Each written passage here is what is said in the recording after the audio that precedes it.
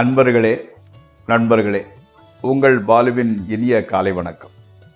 இன்று பிப்ரவரி மாதம் 9ஆம் தேதி, அதாவது தை 27, ஞாயிற்றுக்கிழமை, துவாதசி திதி.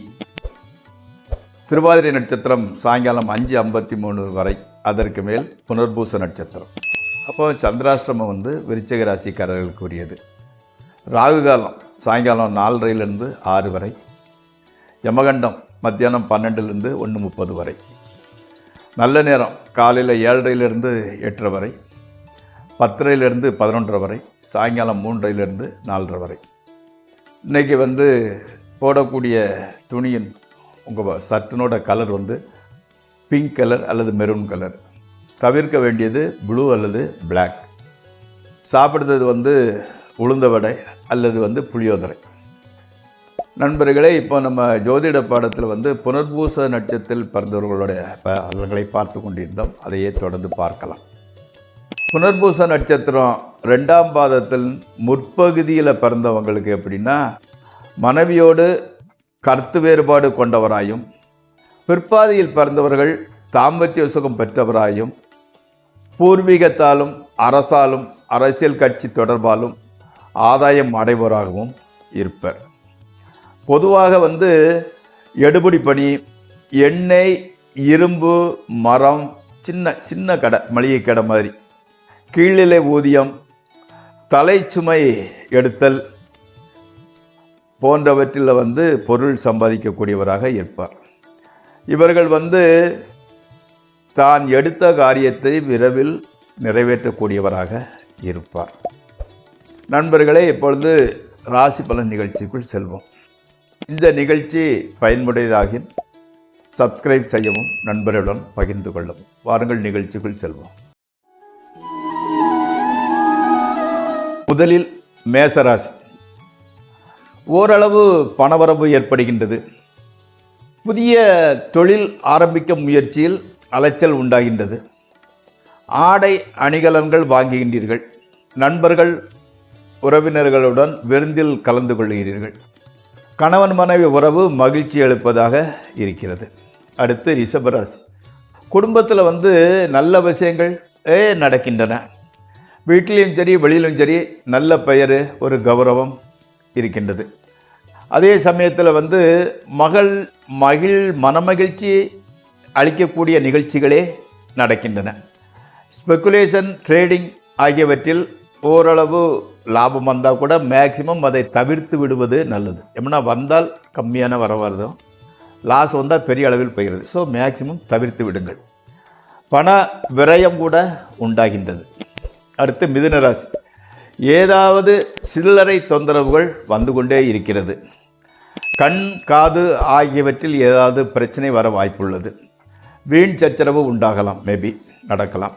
ராசியில் அதாவது சந்திரமங்கல யோகம் ஏற்படுவதால் உங்களது எதிர்பார்ப்பு நீங்கள் கொஞ்சம் ஹை லெவலில் ஆசைப்பட்டீங்க, அது நிறைவேறும் வாய்ப்பு அடிபட்டு போகவில்லை. இன்னும் அந்த வாய்ப்பு இருக்கிறது. மேக்சிமம் நடப்பதற்கு சான்ஸ் அதிகமாக இருக்கிறது. அடுத்து கடகராசி. பண இழப்பு உண்டாகிறது, கொஞ்சம் லாஸ் ஆகிடுது. சிறு சிறு விபத்துக்கள் கூட உண்டாகலாம். அதனால் வண்டி வாகனங்களை நிதானமாகவும் எச்சரிக்கையுடன் நடத்துங்கள். தன்னை விட கீழ்மட்டத்தில் உள்ளவங்கக்கிட்ட பதில் சொல்வதற்கு உண்டான ஒரு தயங்கி பதில் சொல்ல, சமாதானம் சொல்ல வேண்டிய சூழ்நிலை உருவாகிறது. கணவன் மனைவி உறவு மாத்திரம் மகிழ்ச்சியாகவே இருக்கின்றது. அடுத்து சிம்மராசி. ஃபைனான்ஸ் ரொட்டேஷன் நன்றாகவே இருக்கிறது. வெளியூர் பிரயாணங்களினால் நல்ல ஆதாயம் கிடைக்கிறது. ஸ்பெக்குலேஷன், ட்ரேடிங் மூலம் நல்ல லாபம் வருகின்றது. கணவன் மனைவி உறவு மகிழ்ச்சியாகவே இருக்கிறது. நண்பர்கள் உதவிகரமாக இருக்கின்றனர். அடுத்து கன்னி. நண்பர்களால் எதிர்பாராத வகையில் உதவி கிடைக்கிறது. மகிழ்ச்சியாக பொழுது கழிகின்றது. ஸ்பெக்குலேஷன், ட்ரேடிங் மூலம் ஓரளவு லாபம் வருகின்றது. மனைவி மக்களால் மகிழ்ச்சி, ஓரளவு பொருள் வரவு உண்டாகின்றது. பெரியோர்களின் ஆதரவு கிடைக்கின்றது. அடுத்து துளாராசி. எச்சரிக்கையுடனும் நிதானத்துடனும் நடந்து கொள்ளுங்கள், இல்லையேல் கெட்ட பெயர் ஏற்பட வாய்ப்புள்ளது. சாப்பாடு விஷயத்தில் கவனம் செலுத்துங்கள். ஏன்னா வயிறு சம்பந்தப்பட்ட பிரச்சனை வர வாய்ப்பு உள்ளது. வேலையில் மனசு ஃபுல் இன்வால்மெண்ட் இல்லை, ஏனோ தானோன்னு செய்கிறது மாதிரி இருக்கின்றது. அடுத்து விருச்சிக ராசி. இன்றைக்கி சந்திராஷ்டம தினம். புதிய முயற்சிகள் எதிலும் ஈடுபட வேண்டாம். வீட்டில் கொஞ்சம் கெட்ட பெயர் உண்டாகிறது. வீட்டில் ஒரு இன்ட்ரெஸ்ட் இல்லை, இது இல்லை, ஏனோ தானோன்னு இருக்கிறீங்கிறது மாதிரி. தகப்பனாருடன் சிறு கருத்து வேறுபாடு. அன்னையின் உடல்நிலையில் சற்று பாதிப்பு உண்டாகலாம். அடுத்து தனுசு ராசி. பெரியோர்களின் பாராட்டையும் அவர்களின் நன்மதிப்பையும் பெறலாம். பணவரவு ஓரளவு நன்றாகவே இருக்கின்றது. மனைவியினால் மகிழ்ச்சி உண்டாகிறது. ஸ்பெக்குலேஷன், ட்ரேடிங் ஆகியவற்றில் லாபம் உண்டாகிறது. பிரயாணங்களினால் நல்ல பலன் கிடைக்கிறது.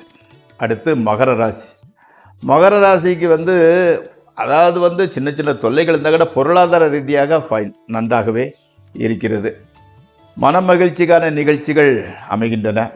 டிவி பார்க்குறது, ரொம்ப இஷ்டமான பண்டத்தை ஆர்டர் பண்ணி சாப்பிட்றது, இந்த மாதிரி பொழுதை இன்பமாகவே கழிக்கின்றீர்கள். அடுத்து கும்பராசி. தேவையில்லாத மனக்கவலைகள் ஏற்படுகின்றன.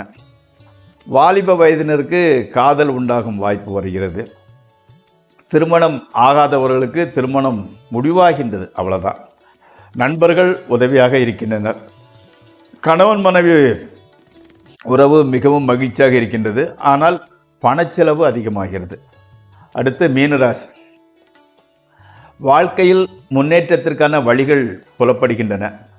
கல்வியில் மனம் பூரணமாக ஈடுபடுகின்றது. பொருளாதாரத்தில் முன்னேற்றம் உண்டாகின்றது. வீடு, மனை, நகை வாங்க விற்க நல்ல பலன் கிடைக்கிறது. கணவன் மனைவி உறவு மகிழ்ச்சியாக இருக்கிறது. வெளியூரில் இருந்து நல்ல செய்தி சேர்கிறது. நண்பர்களே, இந்த ராசிபலன் நிகழ்ச்சி இத்துடன் முடிவடைகிறது. உங்களுக்கு ஒரு அறிவிப்பு, அதாவது இப்போ ராசிபலன் நிகழ்ச்சி தற்காலத்தை மட்டும்தான் நம்ம கோச்சார பலன் ரீதியாக சொல்கிறோம். உங்களது எதிர்காலம், உங்களுடைய பொருளாதார நிலைமை, குடும்ப உறவு, உங்களோட குழந்தைகளோட வாரிசுகளோட பொன்பொருள் சேர்க்கை, இந்த மாதிரிப்பட்டதெல்லாம் விரிவாக அலசி ஆராய வேண்டும் என்றால் 9740846466 இந்த நம்பருக்கு ஃபோன் பண்ணி அப்பாயின்மெண்ட் பெற்றுக்கொள்ளுங்கள். நாளை மீண்டும் சந்திப்போம். உங்கள் பாலு.